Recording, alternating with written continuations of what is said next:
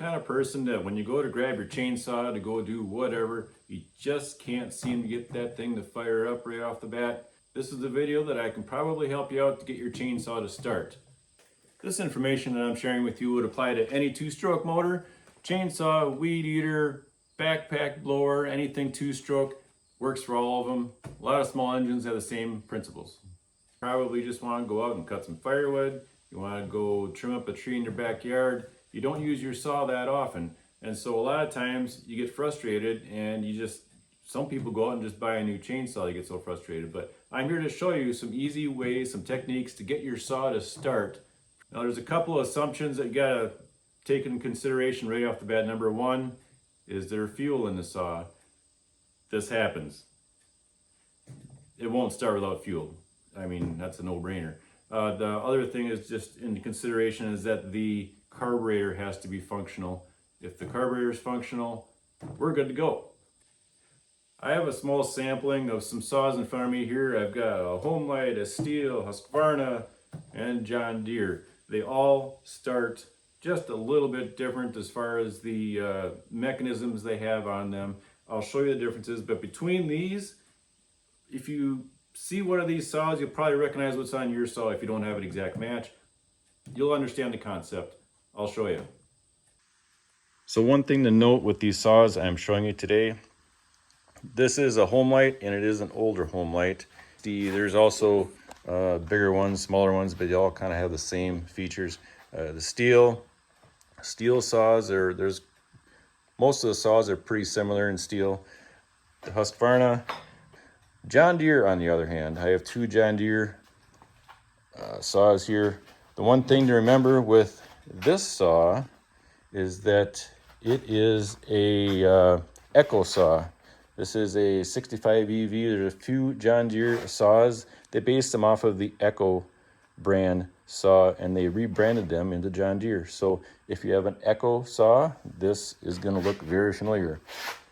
And then this John Deere saw over here, this is a rebranded Homelite. So you may recognize this as you probably have a Homelite that looks a lot like this, except this one's yellow. So a lot of the saws, the features will cross over from what I'm showing you to your saw. So the first thing we're going to go over is the on-off switch on the saws. Pretty much every saw has them. On this old Homelite, it is this toggle switch here, on and off. On the Stihl, this one's a little different. That's the off switch. The 0 or O looking is off. The little vertical line or the I looking thing is the run or the on. And they got the choke symbols right below that, but it's all run off the same switch. Over in the Husky, there is the slide on-off switch right there. On this John Deere, which is the same as an Echo saw, it is right here on the top of the handle, on-off slides. And on this John Deere, which is the same as a Homelite, it happens to have just a toggle switch right there. And there again, I don't know if you can see it very well. It has on here, it's kind of faded, but there's an O and the I, so it's the off and the run position on the switch. There's also a little stop sign right there, which represents off. Of these saws in front of me here, this is my favorite. I use this more often than not. It's so well built, useful for all sorts of situations for me, cutting firewood and stuff. And because this has the on, off, and choke all in one switch, I get mixed up really easy when I switch over to one of these saws, because I'll go over here and I try to start it, it won't start, and I'm thinking, you know, what in the world am I doing wrong? And all it is the on-off switch. I forgot to turn it on. Want to make sure you have good fuel. The fuel I use, usually the shelf life is about a year or so. It's getting kind of pushing a little bit, but it should work at that point. The best test that I use to see if the fuel is bad is if you take a smell and it smells more like turpentine than it does fuel. Get rid of it, get fresh fuel. It'll start much easier when you got the right fuel, when you have fresh fuel. Probably a good idea to check the air filter in each one of these saws. If that is plugged, it also affects its performance and it makes it a little tougher to start. So make sure your air filter is clean on whatever saw you're using.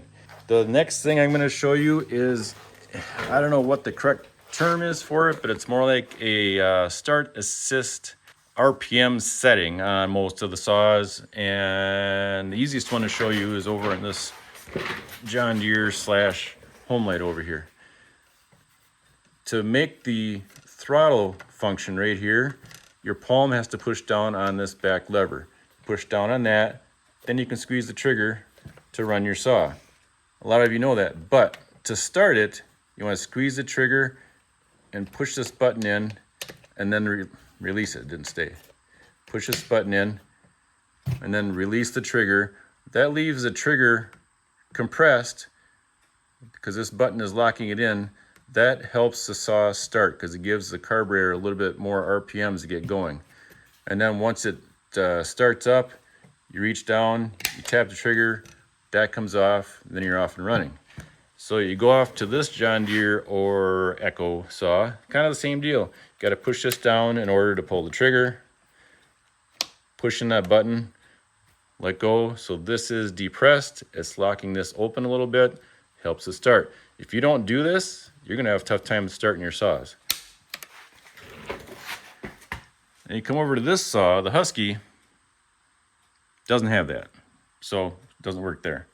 On the Stihl, this one, you have this, okay, there's the off position.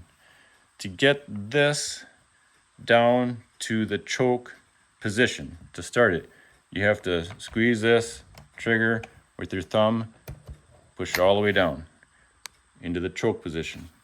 And then once it, well, let me show you.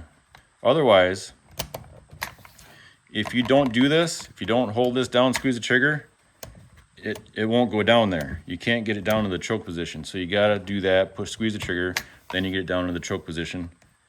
And then over on this one, and I apologize, I just got this saw in. The little piece here is busted off. Normally there's a little knob sticking up right here, and it's the same deal. You squeeze this down, squeeze the trigger, you push this forward, and that locks the trigger in too. And I guarantee you, I've had this saw before. I could not get this thing to start without using this function. So it's kind of a big deal to get that to work right. If you're having a trouble getting this saw started, that can easily be overlooked. Just gotta lock that trigger on. It starts a lot easier. This old Homelite, choke is here, diagram where it says run and choke. So here it's in the run position. Pull this back, it's in the choke. Half choke is a little click forward, run. Stihl chainsaw, like I said, to get this one down in the choke position, you gotta squeeze the handle, pull the trigger all the way down. There's full choke, there's half choke. On this Husqvarna, this one here is a choke, you pull it out, all the way out, full choke, one click in, half choke. Once you get going, run position. John Deere / Echo, you can see there's a diagram right here. You can recognize what I was just explaining to you on this diagram here. So you pull it out, full choke, half choke, and run. You can actually hear it click. Maybe you can't hear it on the camera. Full choke, half choke, it's not very much, then run. Over on this one, again, this is a John Deere / Homelite. There's a primer button. If you got a primer button, you got to prime it, between 3-6 times. Get that fuel going in the right direction. But this one, you likewise, you pull it all the way out, full choke. See the diagram there for choke. Half choke is halfway in, all the way in is in the run position. Before I take you outside to show you how I start a chainsaw, first I want to show you this means of starting a chainsaw is what I usually use, because a lot of times I'm out in the woods, there's a lot of briars on the ground, there's mud, and I don't like bending over sometimes because my back gets sore. So a lot of times I'll start the saw with hand on the bar and put the handle between my thighs and then start it from that position. But let's go outside, I'll show you how to start the thing. So now we're finally to the part where we're gonna start this thing. First thing you wanna do, if your chainsaw has it, is take off this thing. You don't wanna be starting with that. They tell you to start it with the chain brake on. I don't really care to. I mean, that's probably the safe way to do it, so do that. But for this video, I'm not going to do it because I don't like doing that. But anyway, so the first thing I'm going to do is take that off. Going to squeeze the trigger, pull this all the way down to the choke, full choke. Once it sputters, up one notch the half choke. Once it starts, squeeze the trigger. This comes up to the run position. Let it warm up for a few minutes, then you're good to cut wood. So you put your foot in that holder like I was showing you. Squeeze it down to full choke. This is a cold start. This saw hasn't run for a few weeks. So this is a cold start, and it should take a few pulls to get it to sputter. There, do you hear that little sputter right there? That's where you knock it up to half choke. Then continue. Hit the trigger. That puts it into the run position. Let it warm up for a few minutes. Let it warm up for a few minutes and you're good to go. Now if you hear it sputter and you don't take it off a full choke, you'll be pulling for a long time because you're just going to flood your saw and you're going to be really frustrated. No wood's going to be cut. Once the saw has been running for a while and it's warmed up, you don't need to do the full choke anymore. Just put it down to the run position. Pull it. Should start. If that shouldn't happen to start, go down to the half choke position. Then it should start right there. Now, if you're running your saw and it shuts off in the run position, there's probably something wrong with the carburetor. If you can't get your saw to run unless it's in the choke position, there's something wrong with the carburetor. You got to get that fixed because it's very inefficient, hard on your saw. You got to get the carburetor adjusted or fixed. Either figure out how to do it yourself or take it into a small engine repair shop. I hope this helps. Thanks for watching.